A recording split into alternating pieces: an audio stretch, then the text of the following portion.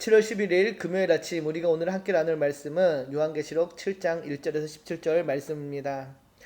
오늘 본문은 14만 4천과 셀 수 없는 큰 무리에 대한 예언인데요. 하나님께서 환난 전에 자신의 종들에게 인을 치심으로 보호하시며 12지파와 14만 4천 그리고 셀 수 없는 큰 무리가 하늘에서 찬양하는 영광스러운 장면이 펼쳐집니다. 먼저 1절에서 3절은 하나님의 심판이 시작되기 전에 네 천사가 땅의 사방 바람을 붙잡고 있는 모습으로 시작됩니다.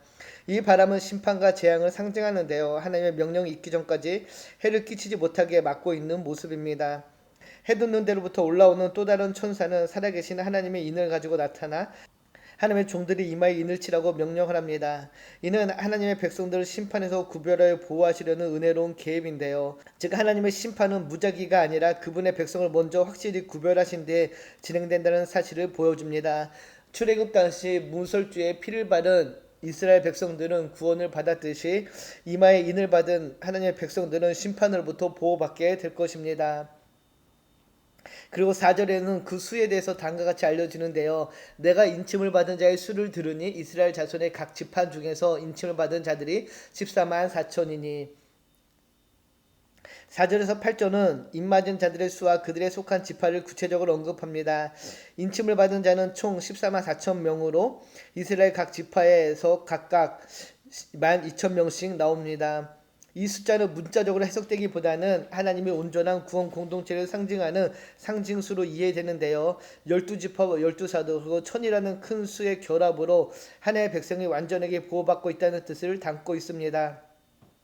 이 중에 성비로운 것은 단지파가 목록에서 빠져 있다는 것인데요. 이는 우상 숭배 등으로 인한 하나님의 주권적인 재배치를 암시합니다. 여기서 중요한 것은 이들이 단순히 민족적 유대인이 아니라 하나님의 인을 받은 영적 이스라엘, 즉 교회를 상징한다는 것입니다. 하나님은 환난 전에 그분의 백성을 확실히 알고 계시며 하나도 빠짐없이 인치신다는 약속의 표현입니다. 그리고 이어지는 본문 9절에서 17절은 셀 수 없는 큰 무리에 대한 내용인데요. 환난을 지나 영광에 이른 자들입니다. 9절을 보면 이렇게 이야기하죠. 이힐 후에 내가 보니 각 나라와 족속과 백성과 방언에서 아무도 능히 셀 수 없는 큰 무리가 나와 흰옷을 입고 손에 종려가지를 들고 보좌 앞과 어린 양 앞에 서서 9절에서 14절은 입맞은 14만 4천 명에 이어 셀 수 없는 큰 무리가 등장하는 장면입니다. 이들은 각 나라와 족속과 백성과 방언에서 나왔으며 흰옷을 입고 종려가지를 들고 하나님과 어린 양 앞에서 찬양을 하는데요.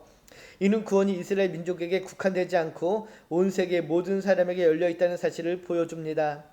흰옷은 그들의 의로움과 승리를 상징하고 종려가지는 영광과 기쁨 구원의 축제를 뜻하는데요.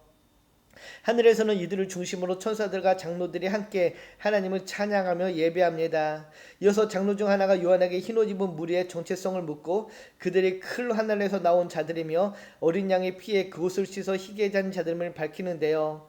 이는 이들이 고난을 견뎌낸 신실한 성도임을 알려줍니다. 구원의 공로가 오직 예수 그리스도의 피에 있음을 선포하는 장면이면서 흰옷은 그들의 순결함이 자기의 노력의 결과가 아니라 전적으로 은혜로 인하여서 주어졌음을 알려줍니다. 이 장면은 고난을 통과한 교회가 결국 하나님의 영광 앞에 서게 됨을 확신시켜 주는데요. 어떤 환난도 하나님의 백성을 끊을 수 없으며 그 끝에는 승리의 찬양이 있다는 소망을 우리에게 보여줍니다. 고난을 이기는 능력은 인간의 인내에서 나오는 것이 아니라 예수 그리스도의 보혈을 신뢰할 때 우리에게 주어짐을 다시 한번 알려주는 것이죠. 15절에서 17절로 환난을 이긴 흰옷 입은 무리들이 하나님과 함께 누리는 영광의 위로를 묘사하는데요.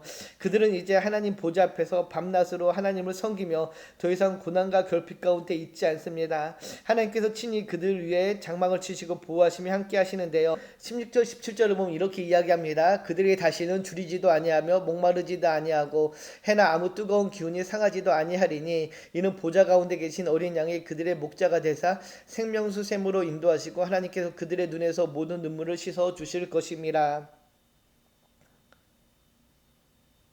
어린 양 대신 예수께서 목자가 되셔서 그들을 생명샘 어린 양 대신 예수께서 목자가 되셔서 그들을 생명수 샘으로 인도하시고 모든 눈물을 씻어 주십니다.